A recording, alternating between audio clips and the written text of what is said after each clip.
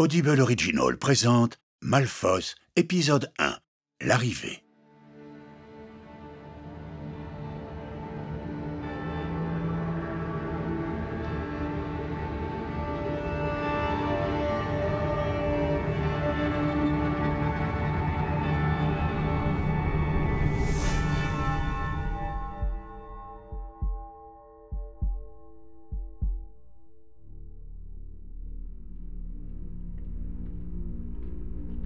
Entre 1948 et 1949, dans un petit village français, des meurtres d'une rare violence ont été commis. 70 ans plus tard, Thomas Laureau, un chroniqueur judiciaire, s'appuie sur des rapports originaux, de rares coupures de presse et sur les dossiers de la police judiciaire pour résoudre l'enquête qu'il partage depuis un an sur les réseaux sociaux. Le 31 octobre 2019, il décide de se rendre au village de Malfos pour élucider le mystère. Les sons que vous allez entendre n'ont pas été montés. Ils proviennent de la carte mémoire du téléphone portable de Thomas Laureau. L'objet a été retrouvé par les enquêteurs, sous un tas de feuilles mortes, à quelques pas des grilles du château Huntingdon.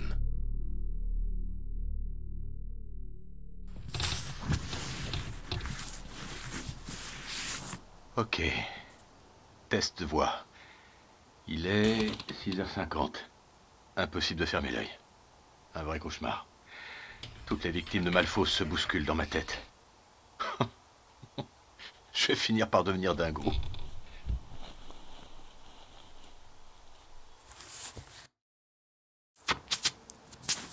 Bonjour, je m'appelle Thomas Laureau et je suis chroniqueur judiciaire. Aujourd'hui, c'est le grand jour. Le moment que j'attends depuis des années, des mois. Ce genre de choses qui donne le frisson. Je vais me rendre là-bas, au village de... Ah merde, foutu réveil. De novembre 1948 à 1949, au village de Malfos, quelque part en France, des meurtres d'une grande violence ont été commis. 70 ans plus tard, tout ça reste un grand mystère. Mais avec votre aide et votre soutien, cette affaire est en voie d'être résolue.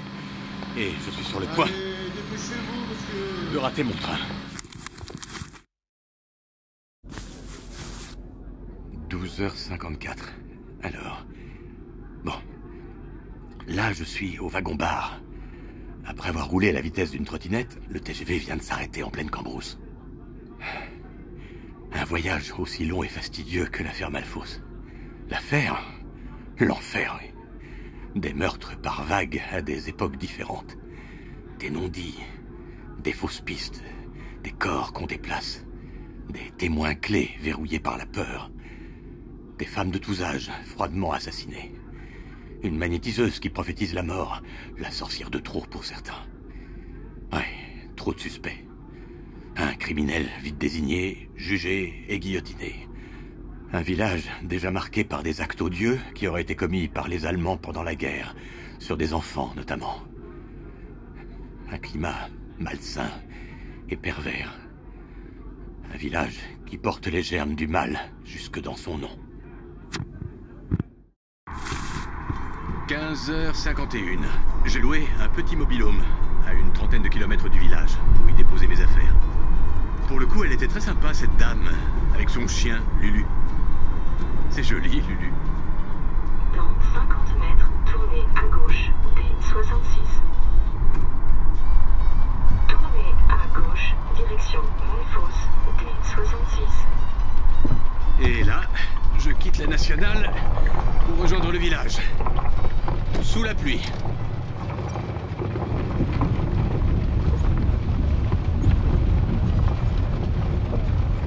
Si je veux avoir la moindre chance de prouver ma théorie, je dois agir seul. Bon. Maintenant que je vois le décor, j'avoue, c'est plus flippant que ce que j'imaginais. Surtout les bois tout autour. Peut-être que par beau temps, c'est plus joyeux. Faut vraiment être né ici pour avoir envie d'y vivre. Pas étonnant qu'il ait pu régner un tel climat de suspicion durant la première série de meurtres dans la commune. Normalement, je devrais bientôt voir le moulin de la famille Martin sur ma gauche. Oh, pas bon ça. On dirait que la route débouche sur une ferme. Mais où est-ce que je suis, bordel? Ce serait pas une grange là-bas? Je vois quelqu'un devant.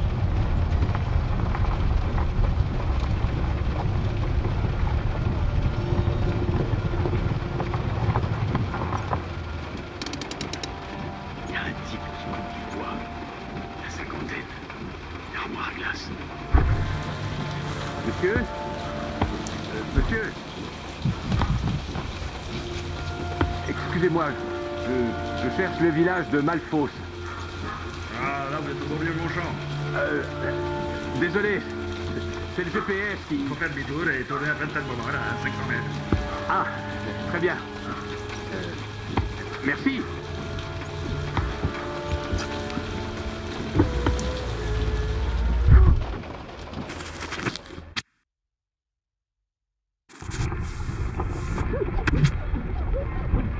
Il est 16h50. Bon, je n'ai aucune idée de la distance qu'il me reste encore à parcourir. Quelques averses en fin de journée. Tu parles de prévision météo. C'est carrément le déluge. Et j'ai du mal à voir où ce chemin va déboucher. On dirait que la route rétrécit. Comme si je me jetais droit dans un cul-de-sac. Faites demi-tour dès que possible. C'est pas un GPS, mais une boussole qui manque à cette foutue bagnole. Merde! C'était quoi ça?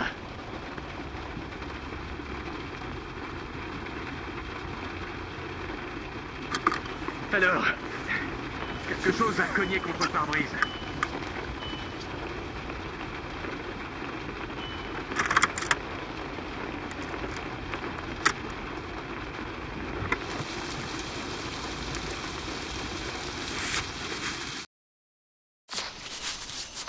J'ai dû laisser la voiture sur le chemin. En freinant, elle est partie sur le bas-côté et s'est embourbée dans une ornière. Pas de réseau pour appeler une dépanneuse. C'est le bout du monde ici. Mais c'est pas ça qui va m'arrêter. J'adore marcher dans la gadoue. La bonne nouvelle, c'est que la pluie s'est arrêtée. Et une sorte de brume transpire du sous-bois. Ouh, flippant.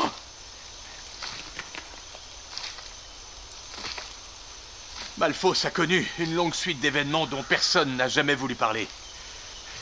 Dans les années 40, les enquêteurs ne cherchaient pas plus loin que les faits. Ils avaient une vision étriquée des choses. Mais maintenant, avec 70 ans de recul, tout paraît clair. Et l'aspect singulier des crimes conduit assez naturellement à l'idée de rituel. Vous voulez savoir ce qui m'a mis sur la piste? Deux choses. Primo, aucune des victimes de la première série de meurtres n'a subi de violences sexuelles.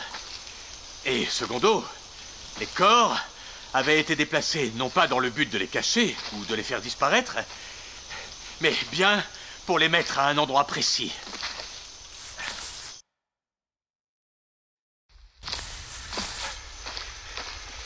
Il est 17h59. Ok, maintenant je vois parfaitement où je suis. À l'opposé de ce que je pensais. Il y a une borne qui indique le village à 300 mètres devant. Et j'entends la rivière qui coule à l'est de Malfos. J'arrive par la droite, en fait. Du côté de la maison d'Esmeralda Sahin. La fameuse Esmeralda Sahin. De tous les habitants de Malfos, son visage est celui qui me hante le plus. Avec celui de la femme battue, Louise Gauthier. Elles ont chacune un regard qui exprime une forme de soumission ou d'allégeance au mal. Quelque chose d'inéluctable et de terrible était en train de se produire à Malfos. Et personne ne voyait rien. Il y a quelque chose sur cet arbre. Oh mon Dieu! Un symbole est gravé dans l'écorce. Le même que celui que j'ai posté sur les réseaux sociaux le 11 avril. Et il y en a d'autres. Encore un sur ce vieux chêne. Mais oui, C'est évident. Je dois prendre des photos.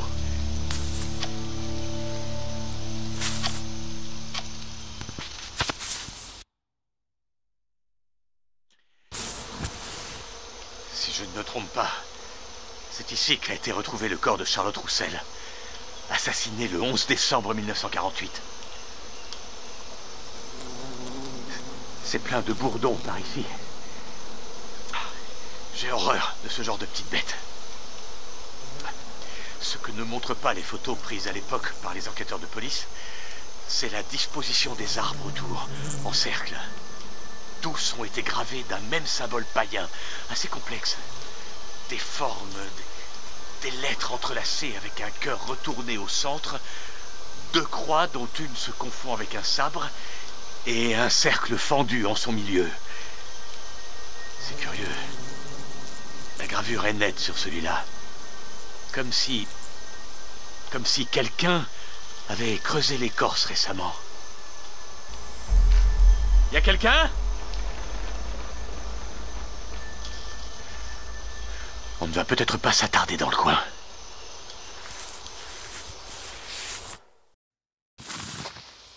Il est 18h39. Ok, je suis sorti des bois et je découvre le village depuis une petite colline. Je vois le clocher là-bas devant, surplomber les toitures. Le village est parfaitement circulaire. Encore cette histoire de cercle. La forme magique qui enveloppe et assure au sein de ses limites la protection ultime. J'ai fait des recherches sur les rites païens. Le cercle protège l'officiant de toute attaque provenant de l'extérieur. Ennemis, mauvais esprits ou âmes errantes. Le site de Malfos est bien plus ancien qu'on ne le pense. Et je crois que la carte montrant le village au début du siècle dernier était approximative. Oui, c'est flagrant vu de cette colline. En réalité, les rues sont disposées de telle manière qu'elles dessinent les branches d'un symbole. Un symbole bien connu du Troisième Reich, inspiré du symbolisme païen des anciens vikings. Je vous l'accorde, ça fait froid dans le dos, hein? Surtout quand on sait ce qui s'est passé dans le château. Et encore, vous n'avez pas l'image. Une brume flotte autour des maisons à cause de la pluie tombée tout à l'heure.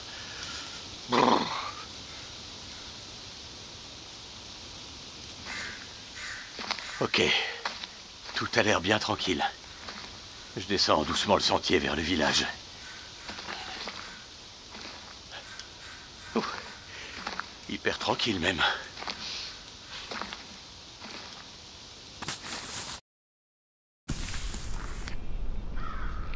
Je ne vois pas de lumière aux fenêtres.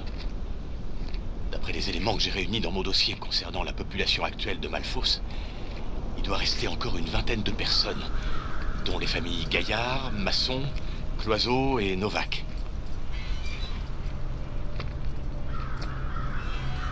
Alors, la question que je me pose, c'est où sont passés les gens?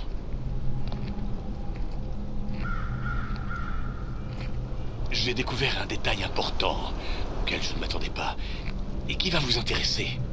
Les ruelles autour de l'église sont pavées. Signe que le village a connu une époque de grande richesse. Sans doute grâce à la mine et à la famille de petite noblesse qui habitait le château, jusqu'à la fin de la Première Guerre. Quand je pense à toutes les fois où je me suis imaginé marchant à travers ce village, frappant aux portes pour aller interroger les derniers témoins de l'affaire, j'ai l'impression de vivre quelque chose d'incroyable.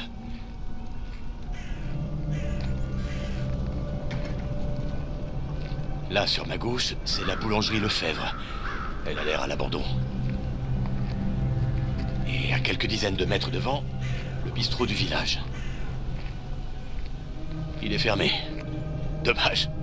J'aurais bien bu quelque chose de chaud, moi.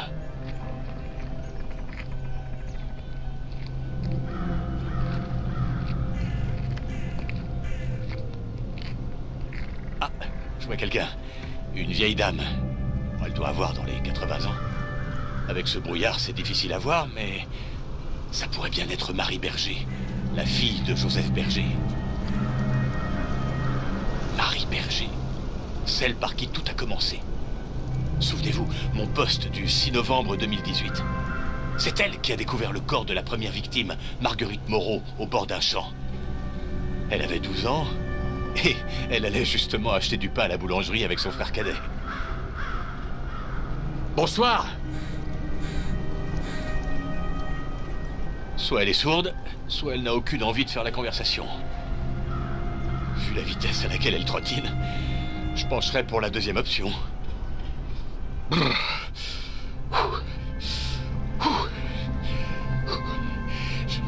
Je ne sais pas si c'est la fatigue de la marche ou ce village, mais j'ai vraiment l'impression qu'il fait plus froid ici que dans les bois. La petite vieille a disparu. Cette église est très impressionnante. L'édifice paraît démesuré par rapport à l'ensemble des maisons qui l'entourent. En pierre grise, peu d'ouverture, un clocher massif couvert d'ardoises. Étrange. Clocher. Il n'y a aucune croix sur cette église. Ni en façade, ni sur le clocher.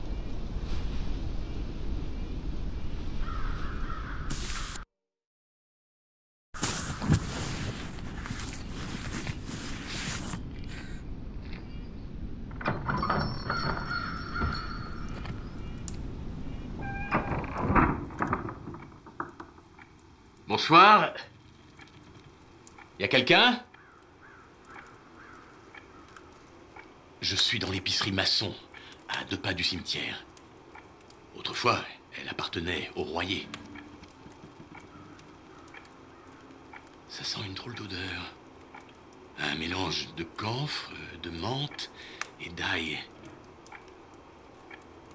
Et il y a des citrouilles un peu partout dans la vitrine.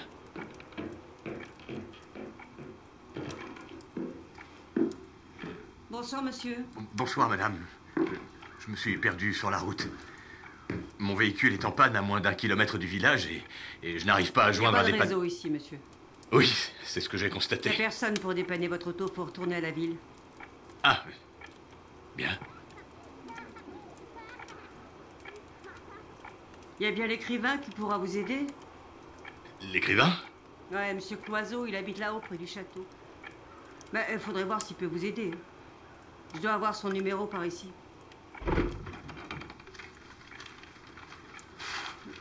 Il m'a laissé des cartes de visite à donner aux randonneurs de passage. Tenez. Merci. Il vous faut autre chose?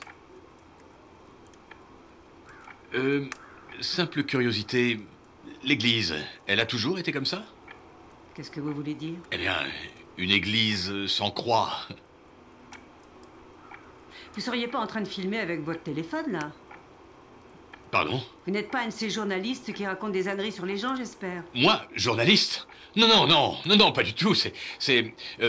J'enregistre ma voix. C'est pour un podcast. Un quoi? Un podcast, pour mon site. Je suis chercheur Ici, en... les gens trop curieux, on n'aime pas ça, monsieur. Vous voulez bien remballer votre téléphone? Oui, bien sûr, oui. Je me trouve devant le cimetière. Et à quelques mètres de moi, sur le chemin de gravier, qui remonte sur la gauche vers les écuries Gautier, il y a un corbeau qui déchiquette un rat ou une souris. Allez, toi, dégage! D'après l'épicière, le village en serait rempli. Il paraît qu'il loge dans la mine désaffectée. Des dizaines et des dizaines de corbeaux. Super méfiante, la dame. Je n'ai pas l'impression qu'il vient souvent du monde dans son épicerie. Il y a de la poussière partout. Je ne lui ai pas dit que je connaissais Bernard Cloiseau, le fameux écrivain. Oui, on a eu l'occasion d'échanger par téléphone au sujet de Malfos.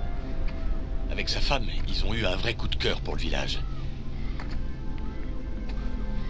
Lui aussi s'intéresse à son histoire, mais plutôt sur un plan sociologique. Plus haut sur la colline, on distingue le château qui sort de la brume. Et en contrebas, à sa droite, ce qui ressemble à un bâtiment désaffecté. Voyons la carte.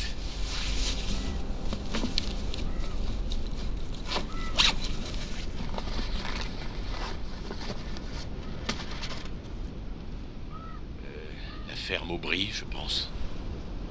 Bizarre. Il y a quelque chose qui bouge sur le toit. Ça grouille. Sûrement un effet du brouillard. À moins que ce ne soit des corbeaux.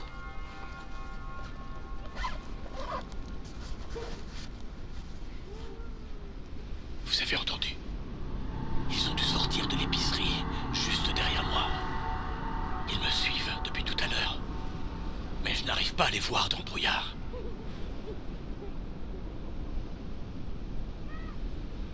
Ils se cachent dès que je me retourne. Ils se sont sûrement déguisés pour Halloween.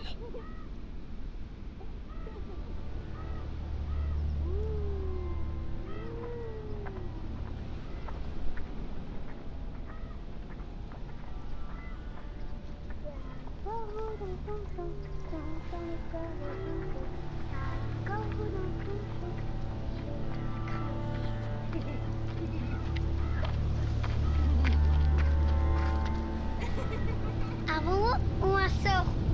Aïe!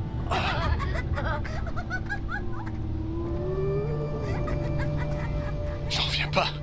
Ils m'ont lancé une pierre. Moi qui étais prêt à leur donner mon paquet de chewing-gum. Décidément, ils sont spéciaux dans ce bled.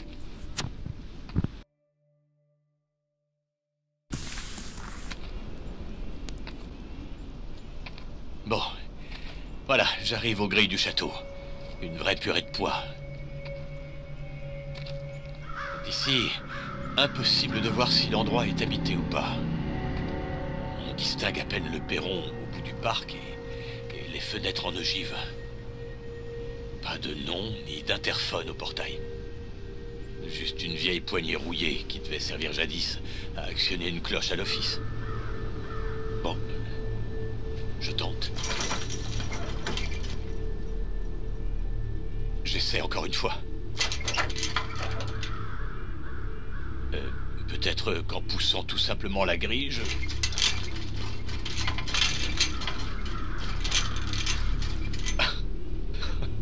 Ça aurait été trop simple. Eh bien, au risque de vous décevoir, je crois que ma quête va s'arrêter là pour aujourd'hui. Juste devant les grilles de ce château.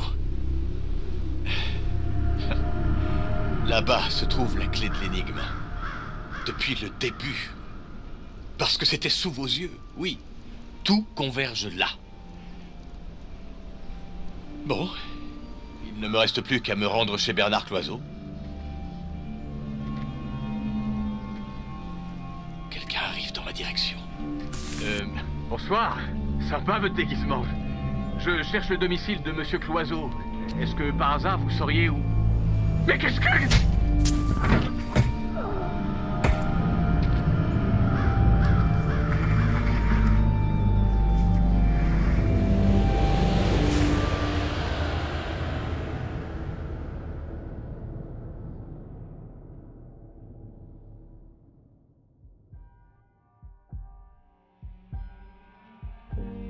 Vous venez d'écouter Malfos, épisode 1, écrit par Sophie Loubière, produit et réalisé par Novelab, avec Mathias Kozlowski dans le rôle de Thomas Laureau, Catherine Davenier dans le rôle de Delphine Masson, et aussi Odile Jacquemin, Christophe Lemoine, réalisation Novelab. Enregistrement voix, Studio Scopiton, direction artistique Hubert Drac. Une production Audible Original sur une idée originale de Damien Marie.